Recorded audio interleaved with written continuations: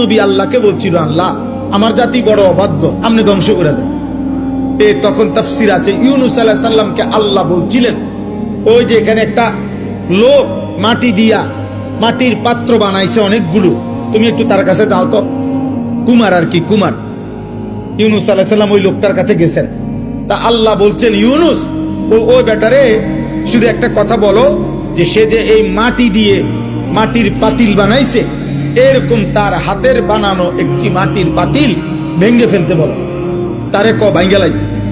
ইউনূস আলাইহিস সালাম বলছে, হে ভাই, আপনি আপনার বানানো এই মাটির পাতিল থেকে একটি পাতিল ভেঙে ফেলেন। তখন ওই কুমার সে বলছে, এই মিয়া, আমার নিজের হাতের বানানো মাটির পাতিল আমি ভাঙবো কেন? বোকা নাকি আমি? কেন ভাঙবো? এত যত্ন করে আমি বানাইছি। আল্লাহর কসম, ইউনূস আলাইহিস সালামকে আল্লাহ তাআলা তখন ডাক দিয়ে বললেন, ইউনূস, মাটির পাতিল যে বানায়, এমন এক মানুষ যদি এক সাধারণ মাটির পাতিল নিজের হাতে বানানো ভাঙতে না চায়, আমি যারে মায়ের পেটে 9 মাস রেখে নিজের হাতে সাজাইছিলাম, আমার দেওয়া চোখ নাক কান দিয়ে আমি বানাইছি যারে, আমার সেই বান্দাকে আমি কেমনে জাহান্নাম দিই?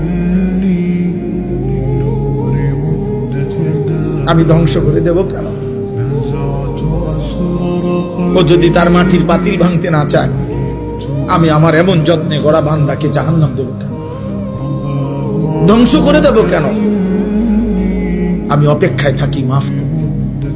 আমার বান্দা কোনদিন যদি 1 ফোঁটা রাত গভীরে চোখের পানি ফেলে, আমি ওরে মাফ করে দেব। যদি বলে বান্দা আল্লাহ গুনাহ অনেক বেশি, আল্লাহ বলবে সমুদ্রের ফেনার চাইতেও বেশি। বান্দা বলবে না। আল্লাহ বলবে আসমান পরিমাণ উচ্চতার চাইতেও বেশি। বান্দা বলবে না। তা আল্লাহ বলবেন, বান্দা আমি তো আসমান ছোঁয়া পর্যন্ত গুনাহ মাফ করতে রাজি, আমি তো সমুদ্রের ফেনার চাইতেও বেশি গুনাহ মাফ করতে রাজি।